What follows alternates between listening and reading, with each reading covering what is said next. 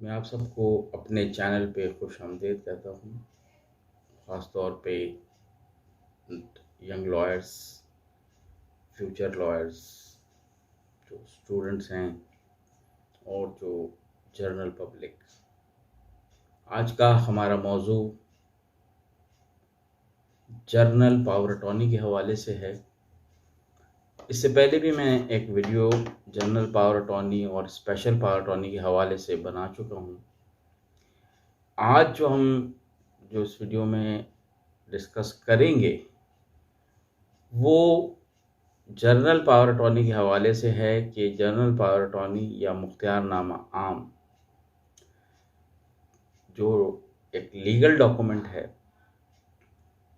वो आप जब एग्जीक्यूट करेंगे तो उसमें क्या क्या चीज़ें, बुनियादी चीज़ें होंगी जिनका आप तहरीर करेंगे। वो टर्म्स एंड कंडीशंस तहरीर करेंगे, क्योंकि ये एक ऐसा डॉक्यूमेंट है कि जिसके तहत आप किसी दूसरे शख्स को अथॉरिटी देते हैं, इख्तियार देते हैं कि वो आपके बिहाफ पर एक्ट कर सके। जो वो एक्ट करेगा वो तसव्वुर ये किया जाएगा कि वो एक्ट आपने किया है। लिहाजा जब हम पावर अटॉर्नी एग्जीक्यूट करें तो इस बात का बहुत ज़्यादा ख्याल करें कि हम जिस शख्स को पावर अटॉर्नी दे रहे हैं उसकी जो टर्म्स एंड कंडीशंस हैं, ख़ास तौर पे उनको पढ़ना भी चाहिए साइन करने से पहले, और डिस्कस करना चाहिए जिससे भी आप जनरल पावर अटॉर्नी बनवा रहे हैं एग्जीक्यूट करने से पहले। क्योंकि जनरल पावर अटॉर्नी जब आप किसी को दे रहे हैं उसमें मुख्तलिफ़ चीज़ें हैं जो आप इख्तियारात अपने किसी दूसरे शख्स को मुंतकिल कर रहे हैं, और रीज़न जैसे कि उसमें कोई भी हो सकता है, जैसे कि आप मुल्क से बाहर हैं या आपकी सेहत ठीक नहीं है, तो उस सूरत में भी आप जनरल पावर अटॉर्नी एग्जीक्यूट कर सकते हैं। सेल के हवाले से आजकल हमारे यहाँ एक जनरल पावर अटॉर्नी एग्जीक्यूट की जाती है,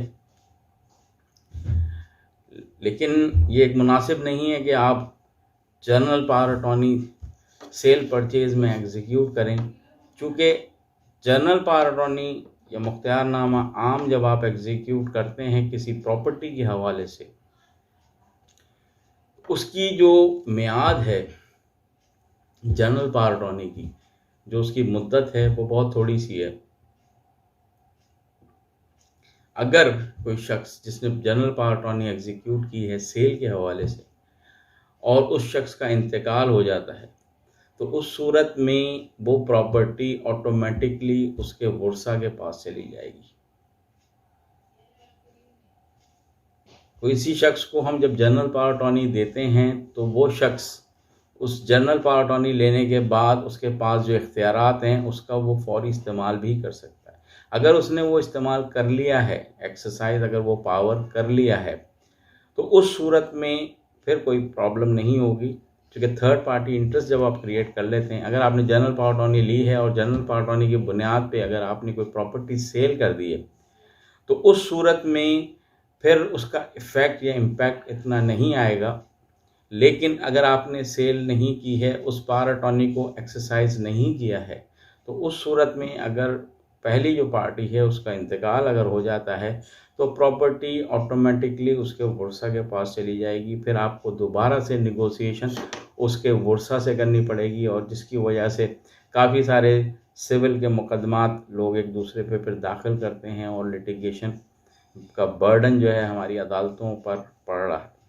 लिहाजा जब आप कोई ऐसी अमल करें तो उसको एहतियात के साथ करें ताकि उसका बेनिफिट लिया जा सके। अगर बेहतर यही है कि जब भी आप कभी सेल परचेज़ के मामले में जाएं तो बेहतर तो यही है कि आप उसका इस्तेमाल फौरी कर लें तो ज़्यादा इफ़ेक्टिव है। इसका लीगल स्टेटस के बारे में हम ये कह सकते हैं कि ये जो है रिवोक हो सकती है। जो शख्स ने जनरल पावर अटॉर्नी एग्जीक्यूट की है वो एक दरख्वास्त रजिस्ट्रार साहब के पास एक दूसरा एक रजिस्टर्ड डॉक्यूमेंट फाइल करेगा, अखबार में देगा, वो जनरल पावर अटॉर्नी आपकी रिवोक कर सकती है। बाज़ पावर अटॉर्नीज़ जो हैं वो टाइम के हिसाब से हैं कि वो कितने टाइम के लिए दी गई हैं। बाज़ पावर अटॉर्नीज़ जो हैं किसी शख्स के इंतकाल पे ख़त्म हो जाती हैं। सेपरेशन या डिवोर्स की सूरत में भी पावर अटॉर्नी ख़त्म हो सकती है।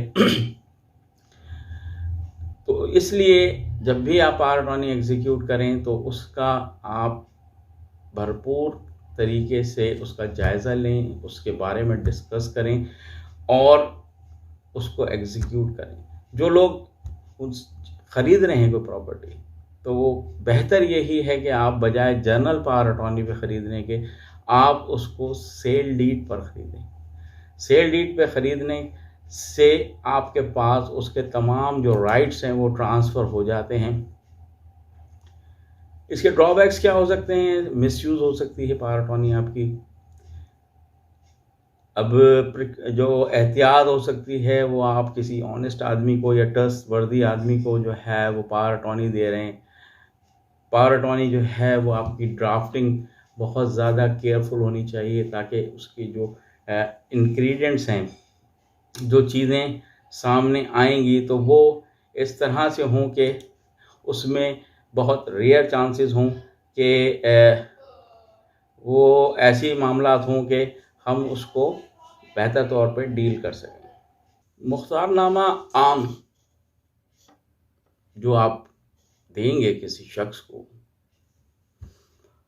तो उसमें चंद एक चीज़ जो बुनियादी चीज़ें हैं जिनका हमने ख्याल रखना है जब हम एग्जीक्यूट कर रहे हैं मुख्तारनामा आम या जनरल पावर अटॉर्नी। तो सबसे पहली चीज़ तो ये है कि जो जनरल पावर अटॉर्नी है आपकी वो स्टैम्प पेपर पे लिखी जाएगी और जो कि रजिस्ट्रार साहब के पास रजिस्टर्ड होगी। जो जनरल पावर अटॉर्नी रजिस्टर्ड नहीं है तो वो पावर अटॉर्नी का इम्पैक्ट इतना ज़्यादा नहीं होगा किसी भी प्रॉपर्टी को फर्दर सेल करने के हवाले से या उन इख्तियारात को इस्तेमाल करने के हवाले से। मुख्तियारनामा आम जो हम इसको अगर हम इस तरह कहें कि जो कोई शख्स को अपने इख्तियारात दे रहा है कानूनी मामलात चीज़ को करने के लिए, अपनी प्रॉपर्टी की ख़रीदो फरोख्त के लिए, अपने बिज़नेस को जो है वो लुक आफ्टर करने के लिए वो देता है। लेकिन जो जनरल पावर अटॉर्नी है उसमें जो एक बुनियादी चीज़ जो है वो मकान, दुकान, घर या कोई भी ऐसी चीज़ जो इमूवेबल प्रॉपर्टी है उसके सेल का इख्तियार भी दिया जाता है। तो मुख्तियार की तरफ से दिए गए हर फैसले का इख्तियार देने का मानना पड़ता है, यानी कि जब जो पावर अटॉर्नी एग्जीक्यूट कर रहा है और जिसके फेवर में उसने एग्जीक्यूट की है वो कोई भी अमल करेगा तो वो जो पावर अटॉर्नी जिसने एग्जीक्यूट की है, जिसने दी है, वो मानेगा कि जी मेरे बिहाफ पर इसने जो किया है वो सही किया है। प्रॉपर्टी के हवाले से प्रॉपर्टी का आप शेड्यूल देंगे उसके अंदर कि जी मैं जो हूँ ये पावर अटॉर्नी एग्जीक्यूट मैंने की है फ़लाँ शख्स के दरमियान। जो हम अब उसका आते हैं कि हम किस तरह से उसको तहरीर करेंगे। तहरीर करने के लिए जिस तरह से हम नॉर्मल कोई डीड एग्जीक्यूट करते हैं तो सबसे पहले जो पावर अटॉर्नी एग्जीक्यूट कर रहा है उसका नाम, उसके वालिद का नाम, कंप्लीट एड्रेस, CNIC नंबर, जिसके फेवर में कर रहा है उसका नाम, उसके वालिद का नाम, उसका कंप्लीट एड्रेस।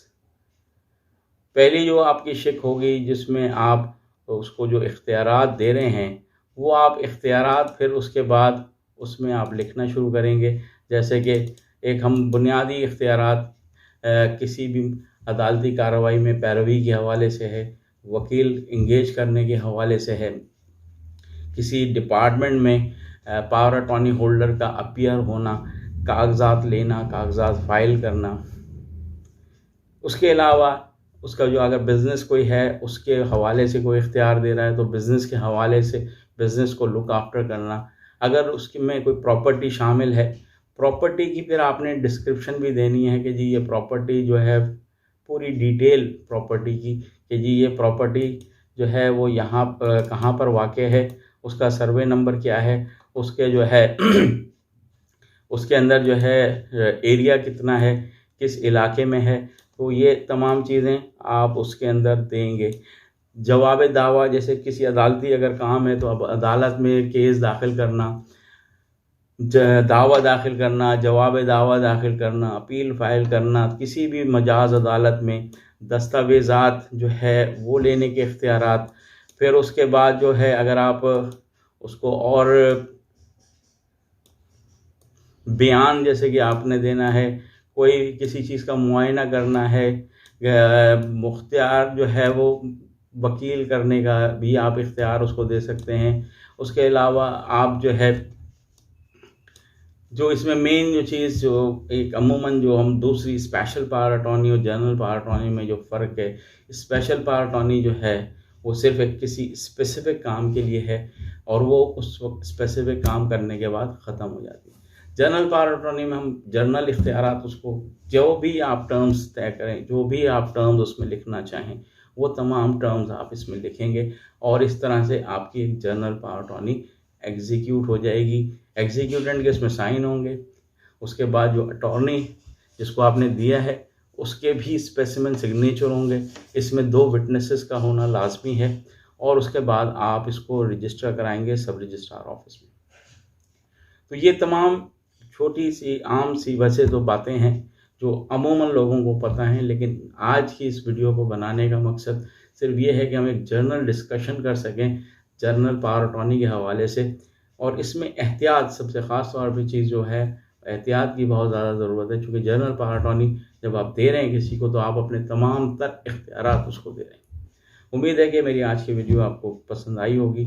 अगर आपने मेरा चैनल सब्सक्राइब नहीं किया है तो मेरा चैनल सब्सक्राइब कीजिए, बेल आइकॉन को हिट कीजिए ताकि जो आने वाली आइंदा वीडियोज़ हैं, इंशाल्लाह नेक्स्ट वीडियो जो है वो गिफ्ट डीड पे हम बनाएंगे। और अपना और अपने बुज़ुर्गों का ख्याल रखिए। अल्लाह हाफ़िज़।